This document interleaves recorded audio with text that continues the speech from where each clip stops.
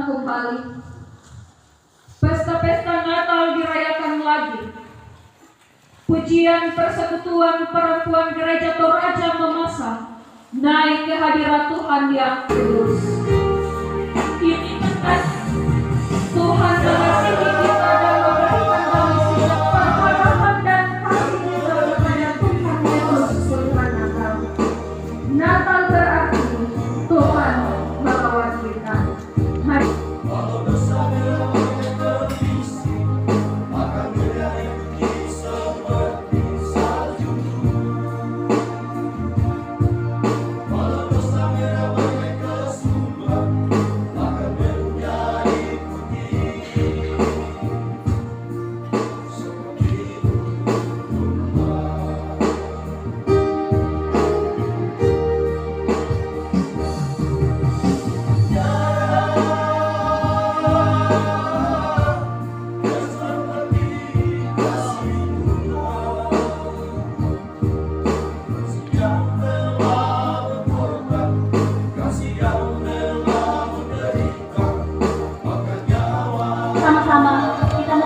Tema kita pada saat ini.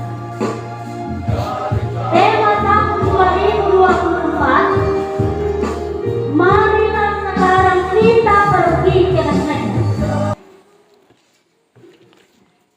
Tema saya tidak usah baca ya karena ada di atas.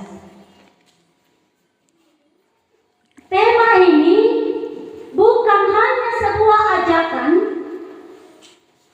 tetapi juga menjadi sebuah teguran. Ya, teguran itu tidak harus yang salah ya, tapi juga menjadi peringatan terhadap kita yang hadir pada saat ini dan di zaman ini. Ajakan bukan untuk langsung ke Bethlehem, tetapi bagaimana sekarang kita berjumpa dengan Yesus yang sudah lahir di Bethlehem. Tentu semua kita mau berharap untuk pergi ke Bethlehem dan mau ya. Tapi berulang-ulang saya sampaikan ternyata biaya untuk bisa dihabiskan ke Bethlehem itu 30 sampai 40 juta per orang. Karena itu beberapa hal yang akan menjadi makna yang terkandung di dalam tema ini yang akan kita pelajari. Yang pertama, ajakan marilah adalah sebuah ajakan maiwai. Para gembala sesudah menerima berita sukacita tentang kelahiran Yesus, sesudah menyaksikan kemuliaan surgawi, ia memuji Allah di padang tempat dia sedang bekerja. Ya, ini respon para gembala luar biasa ya. Ketika dia mendengarkan berita, dia langsung pergi ke Bethlehem.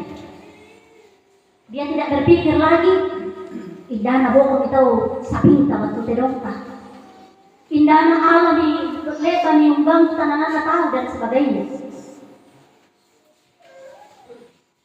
Yang dilakukan oleh gembala yang pertama adalah saling mengajak.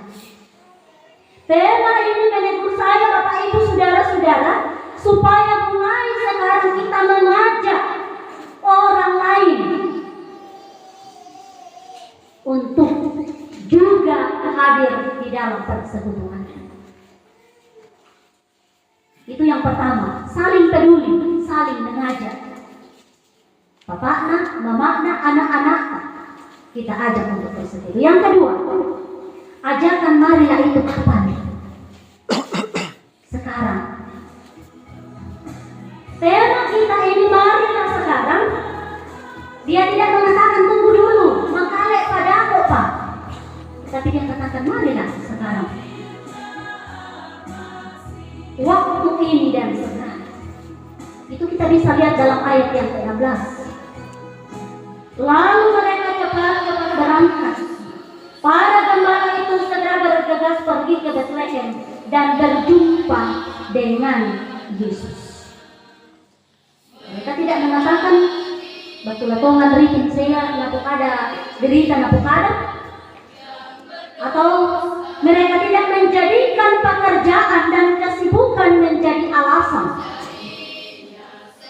dalam dia berjumpa dengan Yesus. Di bagian ini menjadi teguran bagi kita semua untuk tidak selalu menjadikan pekerjaan alasan untuk tidak beribadah. Ya, saya tidak tahu apakah ada kaitannya dengan ini. Sapo budak-budak di Lambi, alasan khususnya kami sebagai perempuan untuk tidak bersekutu umpakan di Bali. Bagaimana kehadiran Bali dalam perayaan Natal kita sekarang ini? Tak boleh kuah ambaya modelnya tidak. Karena memang Bapak Ibu Saudara-saudara, jika kita memang ada niat untuk mau beribadah, pasti ibadah itu akan jadi. Sapo kena mana miliki, orang raya lawan ada kakak ada kaya, sukila ko banua, lamai banua uran, itu hanong dipilih lah. Atau mana sandal tarik itu kotor-kotor atak dan dipakai. Tetapi kalau memang dalam hati kita ada niat untuk berjumpa dan bersekutu dengan Tuhan, percayalah Bapak Ibu Saudara-saudara, tidak akan ada hal yang akan menghalangi. Para gembala menjadikan perjumpaan dengan Yesus sebagai prioritas yang utama. Itu yang kedua. Lalu yang ketiga, para gembala itu pergi. Pergi artinya dia berpindah dari satu tempat ke tempat yang lain. Para gembala pergi daripada ke Bethlehem.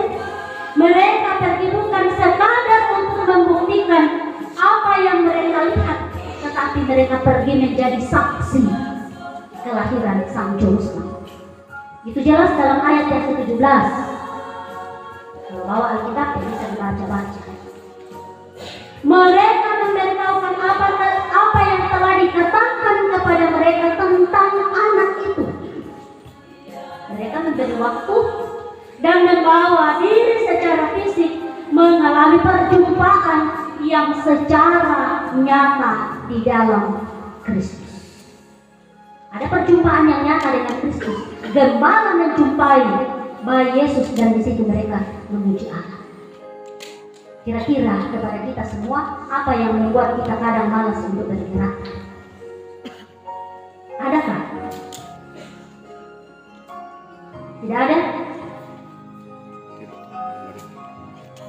Online. Percaya atau tidak percaya, yakin atau tidak yakin, pasti.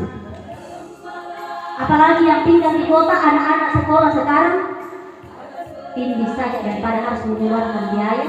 Ya, pada siapa yang harus dirinya dan sebagainya. Begitu juga dalam persekutuan. Karena kami waktu ibadah sama sekolah minggu, dia jujur mengatakan yang membuat malas mereka bergerak itu adalah HP. Apalagi kamu bikin. Nah, saat ini kembali kita diajak untuk berjumpa dengan Yesus di dalam persekutuan yang lain. Jadi ini mengingatkan saya Bapak Ibu Saudara-saudara, kita bela siapa mentengkal ke gereja, kita bela siapa menolong, kalau siapa tuh masalah. Ada waktunya di mana kita mau bersekutu, tetapi Tuhan punya rencana-rencana yang lain. Kemudian yang keempat, Bethlehem ini adalah kota yang kecil, tetapi bisa mencari berkah. Kasar lihat apa begitu. Nah, Bapak Ibu Saudara-saudara yang sama dikasihi oleh Tuhan, dalam perjalanan menuju ke Bethlehem, kita diajak untuk merenungkan makna kelahiran Yesus di dalam hidup kita. Apakah kita siap membuka hati dan menerima kehadirannya? Apakah kita bersedia meninggalkan rutinitas dan kesibukan kita untuk mencari dan menyembah? Saya sempat bercanda pada seorang ibu yang lupa membawa anaknya untuk mengikuti kegiatan Natal baru. Kubuat ni oleh pisar wisatawan tentang polo pitule di bilang saya. Bukan lima kali kok yang bilang. Coba bayangkan. Satu tahun saya kilalay membawa Natal. Dan juga kerinduan anak-anak itu ada yang juga mengatakan, anak pisar kiamat Natal Mas Andi di pasal dia yang baik bulan Desember. Itu sebenarnya suatu ucapan-ucapan, tetapi ketika kita maknai dalam kehidupan kita bisa membawa kita dalam sebuah perenungan. Seperti gembala dalam ayat yang ke-16, mereka cepat-cepat berangkat ke Bethlehem. Dalam bagian tema Natal kita ini menjadi teguran kepada kita semua. Bagaimana kita tidak menjadikan kesibukan alasan-alasan untuk bersekutu. Empat minggu kita belajar di dalam masa-masa Advent, di mana kita sedang merenungkan kelahiran Kristus itu bukan hanya pada perayaan Natal, tetapi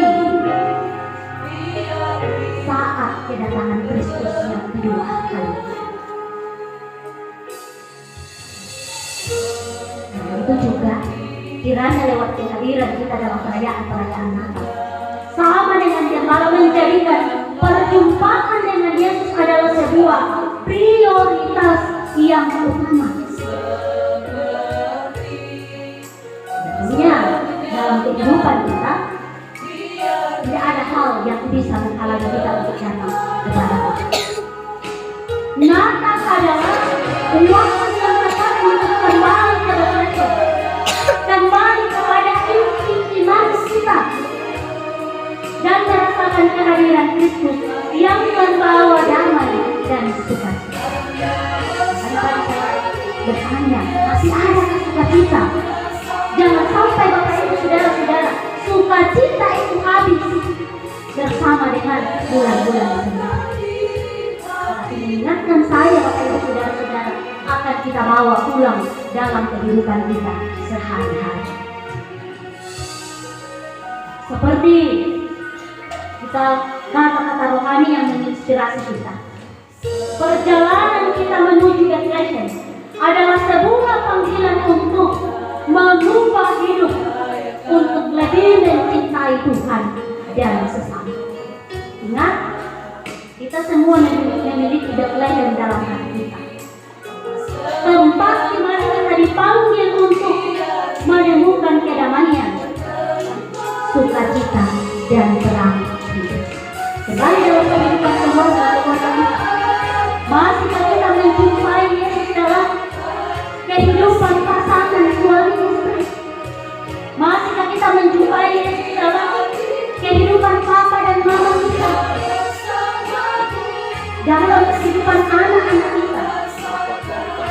Natal mengundang kita untuk tidak hanya merayakan kelahiran Yesus, tetapi berjalan langkah menuju iman yang semakin dewasa. Renungan kita di tahun 2024 ini adalah kita melepaskan kegelapan hati kita dan menuju cahaya. Jika masih ada di dalam hati kita dendam, tinggalkan itu untuk mengajak orang, mengajak diri kita untuk datang bersekutu kepada Tuhan. Musuh terbesar kita adalah diri. Mari kita mengajak diri kita dulu supaya kita bisa mengajak orang. Dan apakah kita melepaskan kemarahan kita mau bersekutu?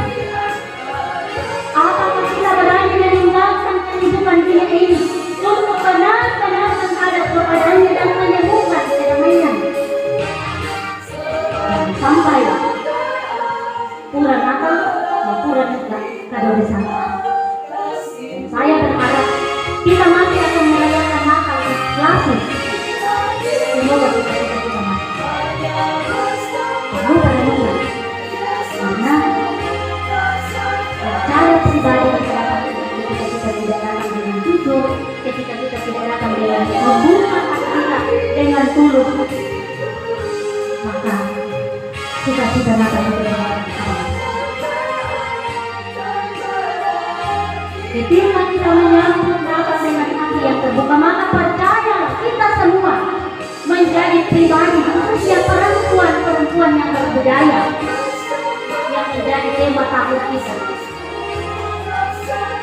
bisa mewujudkan kasihnya. Selamat menyambut kehadiran Tuhan Yesus Sang Juru Selamat dengan penuh syukur dan sukacita, dan bagikanlah kasihnya kepada sesama.